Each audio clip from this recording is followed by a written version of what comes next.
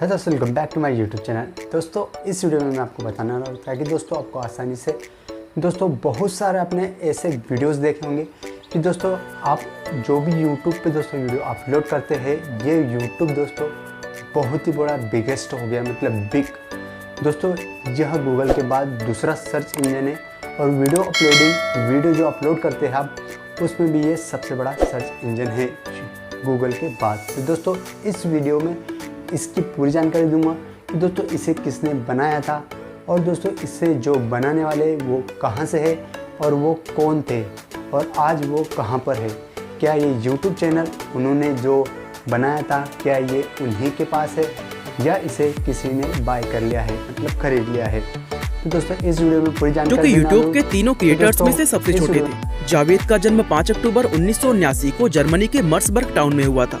उनके पिता बांग्लादेशी और मां जर्मन मूल की थी और वे दोनों ही रिसर्चर्स के रूप में काम करते थे। जहां पिता नईमुल करीम 3M कंपनी में रिसर्चर थे, तो वहीं मां क्रिस्टीन यूनिवर्सिटी ऑफ मिनेसोटा में बायोकेमिस्ट्री की रिसर्चर थी। दोस्तों जावेद जब बहुत छोटे थे तभी उनकी फैमिली मर्सबर्ग को छोड़कर वेस्ट जर्मनी के नॉयस शहर में शिफ्ट हो गई थी और फिर इसी शहर में उन्होंने अपने बचपन का ज्यादातर समय बिताया। हालांकि उनकी उम्र जब 12 साल हुई तो उनकी फैमिली फिर से मूव करके मिनेसोटा के सेंट पॉल शहर में शिफ्ट हो गई। दोस्तों जावेद ने अपनी स्कूल की पढ़ाई इसी शहर में पूरी की और फिर आगे की पढ़ाई के लिए उन्होंने यूनिवर्सिटी ऑफ इलिनॉय में एडमिशन ले लिया। लेकिन पेपल कंपनी में जॉब मिलने के चलते उन्होंने अपनी पढ़ाई पूरी करने से पहले ही कैंपस को छोड़ दिया। हालांकि कैंपस छोड़ने के बाद भी उन्होंने डिस्टेंस लेवल से पढ़ाई को जारी रखा और जॉब करते हुए ही उन्होंने अपनी बैचलर्स की डिग्री हासिल की। इसके बाद दोस्तों पेपल कंपनी में 2 कलीग्स के साथ उनकी दोस्ती हुई और उन्हीं दोनों के साथ मिलकर उन्होंने यूट्यूब को क्रिएट किया था। जावेद से जब यूट्यूब को बनाने के पीछे का रीजन पूछा गया तो उन्होंने बताया कि वे इंटरनेट पर अपनी पसंद की वीडियोस नहीं देख पाते थे और उनकी इसी प्रॉब्लम ने उन्हें यूट्यूब बनाने के लिए इंस्पायर किया था। इसके बाद दोस्तों साल 2005 की शुरुआत में जावेद ने अपने दोस्तों के साथ मिलकर youtube.com डोमेन खरीदा और अगले कुछ ही महीनों में उन्होंने इस वेबसाइट को पूरी तरह तैयार कर दिया। इसके बाद दोस्तों वेबसाइट बन जाने के बाद 23 अप्रैल 2005 के दिन जावेद ने यूट्यूब पर पहली वीडियो अपलोड की जिसका टाइटल था मी एट द जू।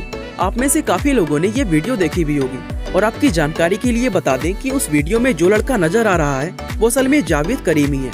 दोस्तों जावेद ने यूट्यूब के डेवलपमेंट में बहुत अहम रोल निभाया था, लेकिन फिर अचानक उन्होंने यूट्यूब से क्विट कर दिया। दरअसल उस समय उनकी दिलचस्पी एंटरप्रेन्योरशिप से कहीं ज्यादा स्टडी में थी, क्योंकि वे पढ़ लिख कर एक प्रोफेसर बनना चाहते थे। और साल 2006 में जब गूगल ने यूट्यूब को एक्वायर किया तो उन्होंने केवल अपनी पढ़ाई के लिए यूट्यूब का एम्प्लॉय न बन के सिर्फ एक इनफॉर्मल एडवाइजर बन गए। हालांकि बाद में उन्होंने खुद भी ये एडमिट किया कि यूट्यूब को छोड़ने का उनका फैसला गलत था, क्योंकि उनके इसी फैसले की वजह से कंपनी में उनकी हिस्सेदारी कम हो गई थी। असल में दोस्तों गूगल ने जब यूट्यूब को एक्वायर किया तो जावेद के हिस्से में गूगल के 1,37,443 शेयर्स आए, जिनकी उस समय वैल्यू $65 मिलियन के आसपास थी। अगर जावेद उन शेयर्स को होल्ड करते और यूट्यूब से जुड़े रहते तो आज शायद वो बिलियनियर होते। लेकिन उन्होंने पढ़ाई के लिए एक अलग ही रास्ता चुना, जहां यूट्यूब को छोड़ने के बाद पहले उन्होंने स्टैनफोर्ड यूनिवर्सिटी से कंप्यूटर साइंस में मास्टर किया और फिर 2 लोगों ने साथ मिलकर वाई वेंचर्स नाम की एक कंपनी शुरू की जो नई स्टार्टअप्स को मेंटरशिप, गाइडेंस और कंसल्टिंग प्रोवाइड करती थी। और दोस्तों आज भी वे उसी कंपनी को चला रहे हैं। खैर दोस्तों ये तो हुई जावेद करीम की स्टोरी। अब बात करते हैं यूट्यूब के दूसरे फाउंडर चेड हर्ली के बारे में। दोस्तों चेड हर्ली का जन्म 24 जनवरी 1977 को अमेरिका के रेडिंग शहर में हुआ था। चेड को बचपन से ही आर्ट्स में काफी ज्यादा दिलचस्पी थी, जिसके चलते स्कूल के समय से ही उन्होंने अपने स्केचेस और आर्ट वर्क्स को सेल करना शुरू कर दिया था। लेकिन जब वो हाई स्कूल में पहुंचे तो आर्ट्स के साथ साथ उनका इंटरेस्ट कंप्यूटर्स और टेक्नोलॉजी में बढ़ने लगा और हाई स्कूल के दौरान ही वे टेक्नोलॉजी स्टूडेंट एसोसिएशन के मेंबर बन गए। इसके अलावा उन्हें रनिंग में भी काफी दिलचस्पी थी और इस स्पोर्ट्स में उन्होंने 1992 और 94 के दौरान स्टेट टाइटल्स जीते थे। दोस्तों स्कूल कंप्लीट करने के बाद चेड ने इंडियाना यूनिवर्सिटी ऑफ पेंसिल्वेनिया से फाइन आर्ट्स में BA किया और यूनिवर्सिटी की पढ़ाई पूरी होने के बाद जावेद करीम की तरह ही उन्हें भी पेपल में जॉब मिल गई, जहां वे पेपल के यूजर इंटरफेस व लोगो डिजाइनिंग का काम करते थे। और जैसा कि हमने आपको पहले ही बताया कि पेपल कंपनी में चेड की मुलाकात 2 लोगों से हुई थी और फिर इन तीनों ने ही मिलकर यूट्यूब को डेवलप किया था। दोस्तों यूट्यूब को फाउंड करने के बाद चेड इस कंपनी के पहले CEO बनाए गए। हालांकि उस वक्त उनका काम सिर्फ यूट्यूब के टैगिंग और शेयरिंग फीचर को मैनेज करना था। इसके बाद अक्टूबर 2006 में जब गूगल ने यूट्यूब को एक्वायर किया तो चेड ने कंपनी को एकदम से क्विट नहीं किया, बल्कि वे 2010 के एंड तक यूट्यूब के CEO का पद संभाले रहे। और यूट्यूब से जुड़े रहने का उन्हें फायदा ये हुआ कि यूट्यूब के बिकने पर उनके हिस्से में सबसे बड़ी रकम आई। दरअसल दोस्तों YouTube को सेल करने के बदले में चैट को गूगल के 6,94,087 शेयर्स डायरेक्टली और 41,232 शेयर्स एक ट्रस्ट के जरिए प्राप्त हुए थे। उस समय इन शेयर्स की कुल वैल्यू $346 मिलियन थी, जो कि जावेद करीम के हिस्से में आए $65 मिलियन के 5 गुना से भी ज्यादा थे। इसके बाद दोस्तों अक्टूबर 2010 में चैट ने YouTube के CEO पद से रिजाइन कर दिया, जिसके बाद उन्होंने YouTube के तीसरे पार्टनर स्टीव चैन के साथ मिलकर एवोस सिस्टम नाम की एक टेक कंपनी शुरू की। दरअसल ये एक इंक्यूबेटर कंपनी थी जो डेवलपर्स को रियल टाइम में एप्लीकेशन डेवलपिंग और टेस्टिंग की सर्विस देती थी। हालांकि इस कंपनी ने कई अलग अलग एप्लीकेशंस बनाए, लेकिन उन सभी में चैट की नजर हमेशा एक ही कंपनी पर टिकी रही, जिसका नाम था मिक्सबिट। लेकिन दोस्तों उनके काफी कोशिश करने के बाद भी मिक्सबिट यूट्यूब के जैसे सक्सेस हासिल नहीं कर पाई और 2018 में ब्लू जीन्स नाम की एक कंपनी ने मिक्सबिट को एक्वायर कर लिया।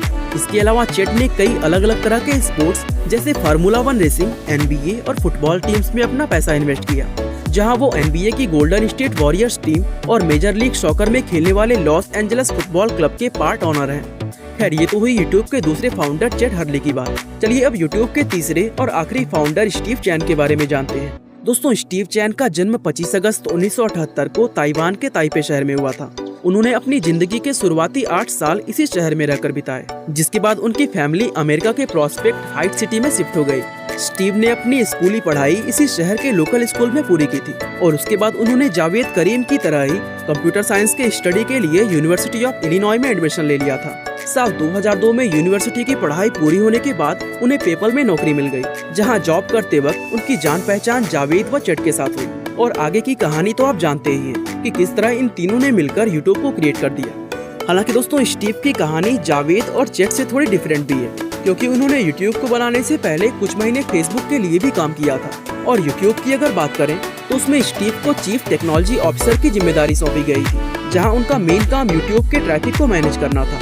साल 2006 में जब गूगल ने यूट्यूब को खरीदा तो उसके बदले में गूगल के 6,25,366 शेयर्स डायरेक्टली और 68,721 शेयर एक ट्रस्ट के जरिए स्टीव के हिस्से में आए, जिनकी उस वक्त कीमत $325 मिलियन के आसपास थी। लेकिन दोस्तों आज उन्हीं शेयर्स की वैल्यू $1.78 बिलियन हो चुकी है। चैट की तरह स्टीव भी यूट्यूब के बिक जाने के बाद तुरंत उससे अलग नहीं हुए, बल्कि वे यूट्यूब में 2009 तक अपने पद को संभाले रखे और 2009 में यूट्यूब को छोड़ने के बाद वे गूगल के लिए काम करने लगे। लेकिन 2011 में उन्होंने गूगल की जॉब को भी छोड़ दिया, क्योंकि उस समय वो चैट के साथ मिलकर अपनी खुद की कंपनी एवोस सिस्टम शुरू करने का मन बना चुके थे।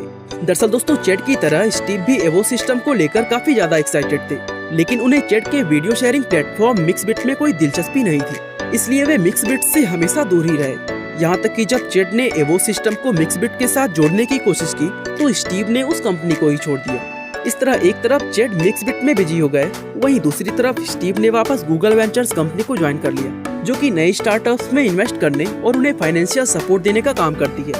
इसके अलावा साल 2016 में स्टीव ने nom.com नाम की एक वेबसाइट को भी लॉन्च किया था, जो कि एक लाइव स्ट्रीमिंग फूड नेटवर्क था। लेकिन स्टीव का ये नया वीडियो शेयरिंग नेटवर्क लोगों को कुछ खास पसंद नहीं आया, जिसके चलते लॉन्च होने के सिर्फ 1 साल बाद ही इसे बंद कर दिया गया। इसके बाद अगस्त 2019 में स्टीव अपनी पूरी फैमिली के साथ अमेरिका को छोड़कर वापस ताइवान शिफ्ट हो गए और तब से लेकर आज तक वे वहीं पर अपना जीवन बिता रहे हैं। तो दोस्तों ये थी कहानी उन तीनों लोगों की जिन्होंने दुनिया को यूट्यूब के रूप में एक नायाब तोहफा दिया। आज उनके द्वारा बनाया गया ये वीडियो शेयरिंग प्लेटफॉर्म न सिर्फ लोगों को एंटरटेन करता है, बल्कि साथ ही ये एजुकेशन का एक अहम मीडियम बन चुका है। और दोस्तों इतना ही नहीं, आज यूट्यूब लोगों के लिए रोजगार का एक जरिया माना जाता है। उम्मीद करते हैं आपको इनकी लाइफ स्टोरी इंस्पायरिंग जरूर लगी होगी। बाकी दोस्तों आज के लिए बस इतना ही। वीडियो को लाइक, शेयर और चैनल को सब्सक्राइब करना बिल्कुल ना भूलें। आपका बहुमूल्य समय देने के लिए बहुत बहुत धन्यवाद। तो दोस्तों आपको अगर वीडियो पसंद आया तो लाइक और सब्सक्राइब करना ना भूलिएगा। तो दोस्तों ऐसे ही वीडियो देखने के लिए हमारे बेल नोटिफिकेशन को दबाना ना भूलिएगा। मिलते दोस्तों नेक्स्ट वीडियो में।